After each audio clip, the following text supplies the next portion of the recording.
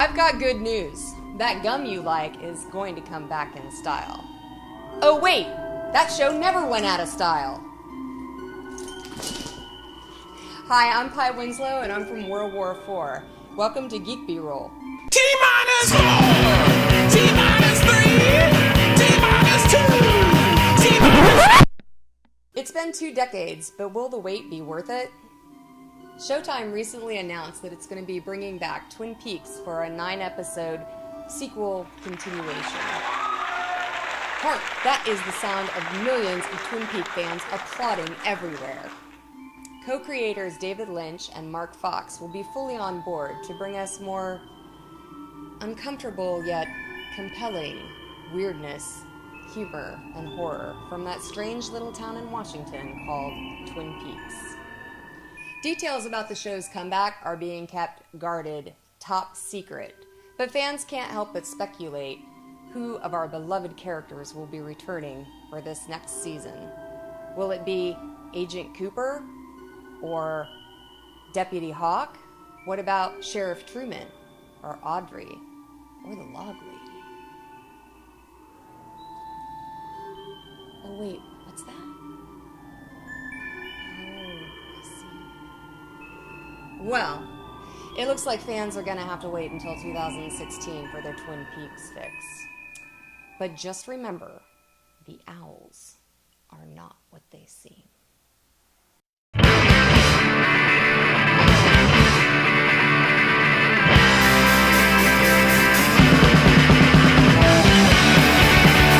Okay, so it's time to review what's happening in Portland, and boy, this week we've got a lot of stuff going on.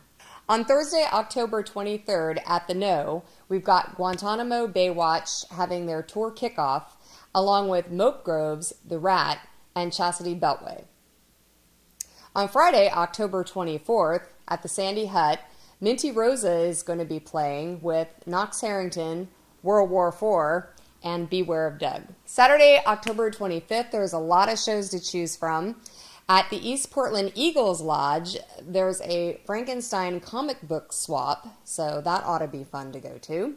There's also a DOA Wrestling Halloween Massacre happening at the East Portland Moose Lodge. So at the Twilight Cafe, we've got Stumblebum, World War IV, and the Streakin' Heelys. Okay, at the Sandy Hut, there's going to be a couple of tribute bands. Hearts of Glass, which is a Blondie tribute band, and Life During Wartime, which is a Talking Heads tribute band. At the new Blackwater, a band from Brazil will be playing called Ratka. Bellicose Minds will also be joining them, The Stops, and Steel Chains. On Sunday, October 26th at Slabtown, Jesse Sutherland from the Blood Types and Static in the Cubes will be hosting a DIY music workshop, Book Your Own Tour. Also on Sunday, at the Lovecraft Bar, Dr. Sketchy's PDX featuring Merrick Monroe as DC's Zantana. Monday, October 27th at Ash Street Saloon, we've got Barrett C. Stolte and Jason Rocksmore. Also on Monday, Punk Rock Mondays at Lola's Room, we'll have the Blood Types and the Nervous. Also Monday the 27th, It's Gonna Be Okay. Free stand-up comedy, a special Halloween show at the Eastburn. Okay, and that's our week in Portland. It's going to be a fantastic week.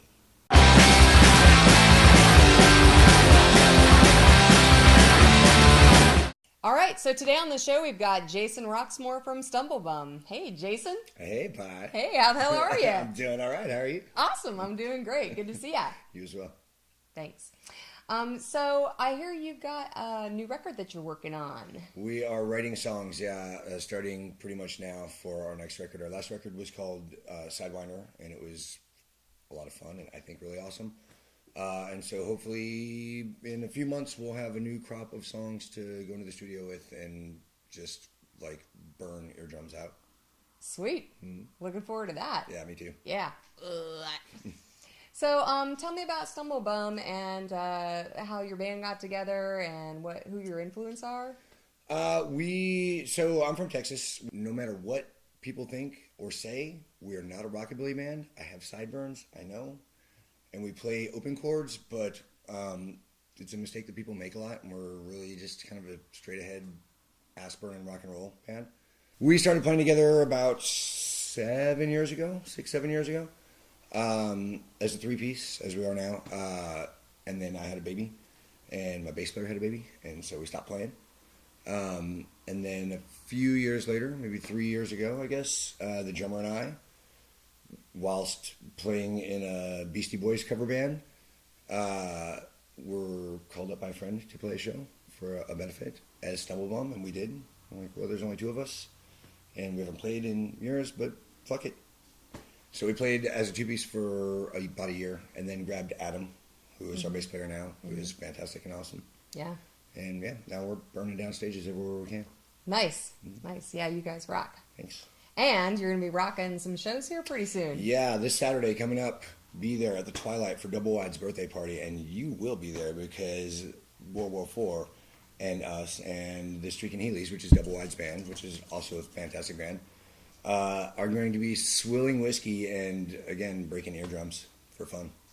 Awesome. And you got a... Also, I'm doing a solo gig. Yeah, a solo acoustic gig at the Ash Street with Barrett, who books bands there, and with Sean from Mormon Chinese. And that should be fun and interesting. I'm really curious to hear actually what Sean is going to do acoustically. Really, really curious.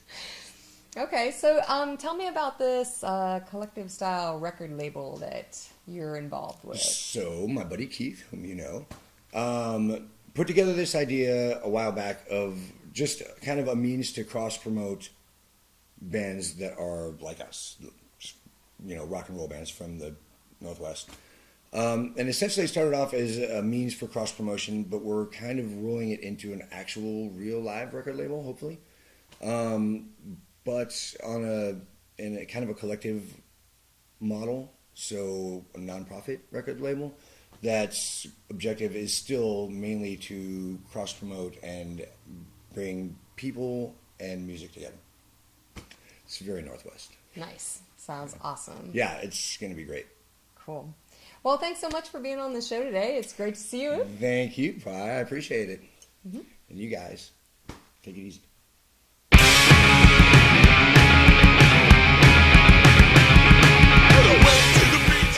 So here in the studio today, we have comic writer Jen Van Meter with us. Hi, Jen. Thanks for joining us today. Thank you for having me, Pi. Yeah.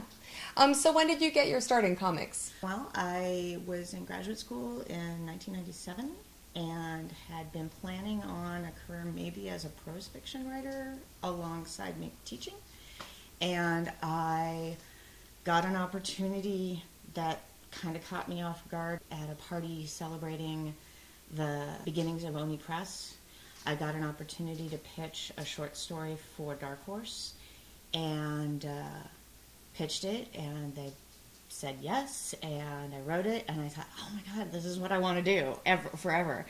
And so I had the good fortune then that a lot of writers don't get starting out, where very early I had a thing that had been published that I could show to other editors and say, I would love more work. And so then it just became sort of a process of pitching and working and trying to get jobs. And Oni Press here in Portland gave me the opportunity to do a one-shot for them that was a tie-in for the Blair Witch Project. And they knew that I had done a lot of work with folklore studies, so they thought I would be good for the gig. We got that turned around, and they were very happy with it and said, hey, is there anything that you have ever wanted to do of your own? And I pitched a book to them called Hopeless Savages, and we published 3 miniseries, and we have a 4th coming up next summer.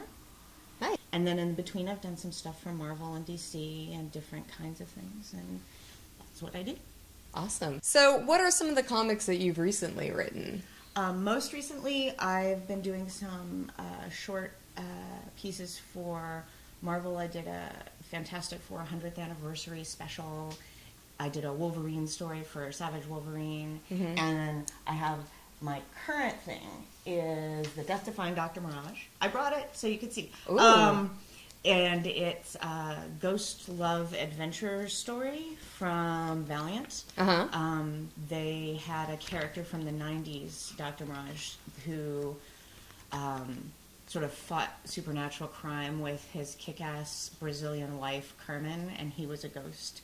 Oh. And they had rebooted the idea of the character as a woman named Shan Fong who talked to ghosts and had not really used her very much. And then they approached me and said, hey, what would you do with a series that maybe brought her back around to some of the vibe of that original story? So this is basically an Orpheus myth about her going to find her dead husband. Wow.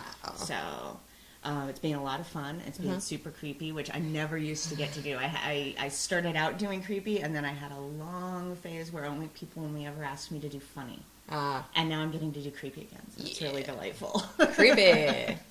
Awesome. That sounds really great. Very exciting.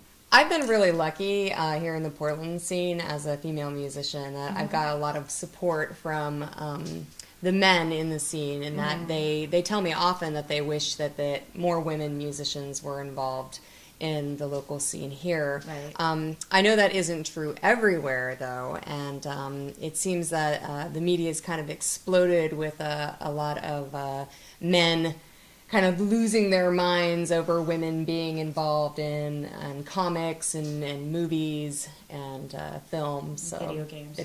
You know, it's funny. I think I, too, came into comics at a really kind of golden hour moment when there were a lot of editors who were actively looking for women to bring in. You know, when I got that very first job for Dark Horse, right, and I did a little Buffy short story.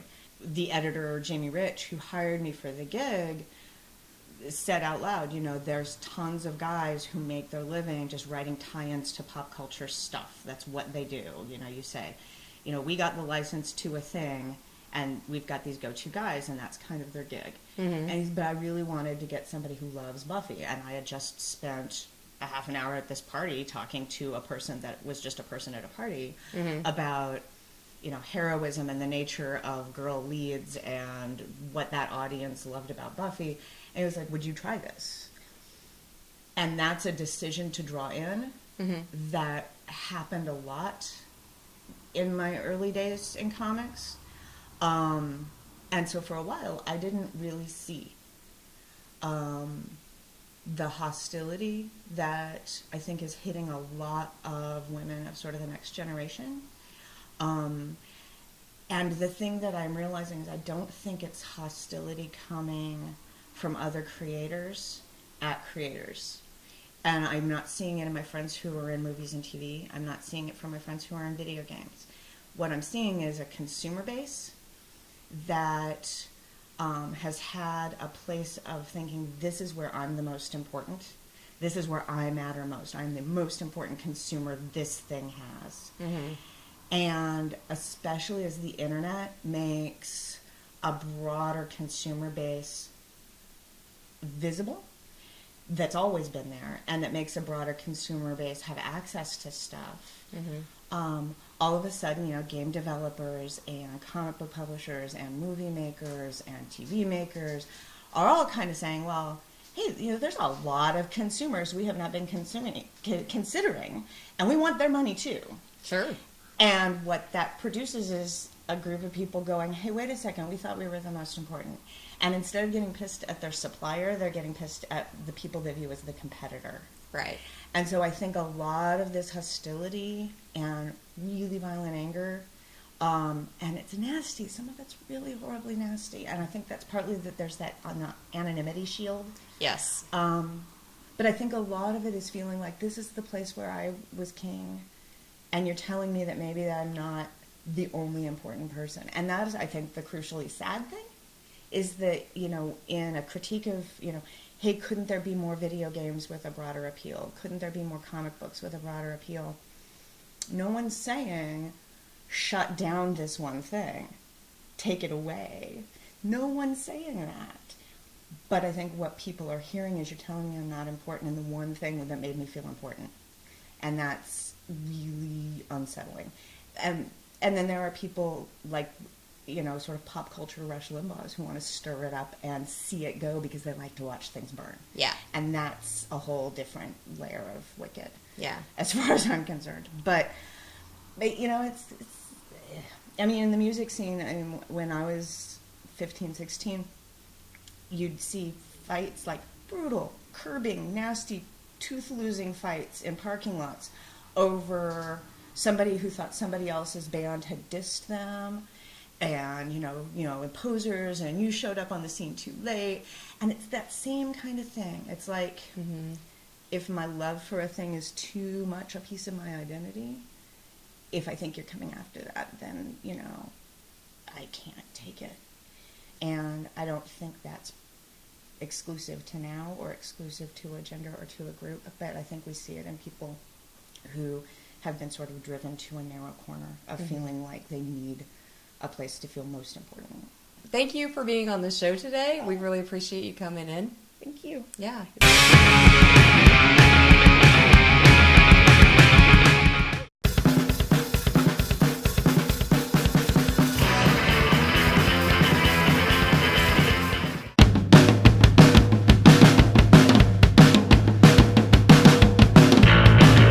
Hey, Geek B Rollers! Thanks so much for joining us for the show today, and special thank you to Jason Rocksmore from Stumblebum and Jen Van Meter for being on the show with us. Tune in next week for our special Halloween episode where we'll be talking to Keith Littlefield from 42 Ford Prefect. If you like the show, please like us on Facebook or subscribe to our YouTube channel. Have an awesome day and a kick-ass week in Portland this week. Rock!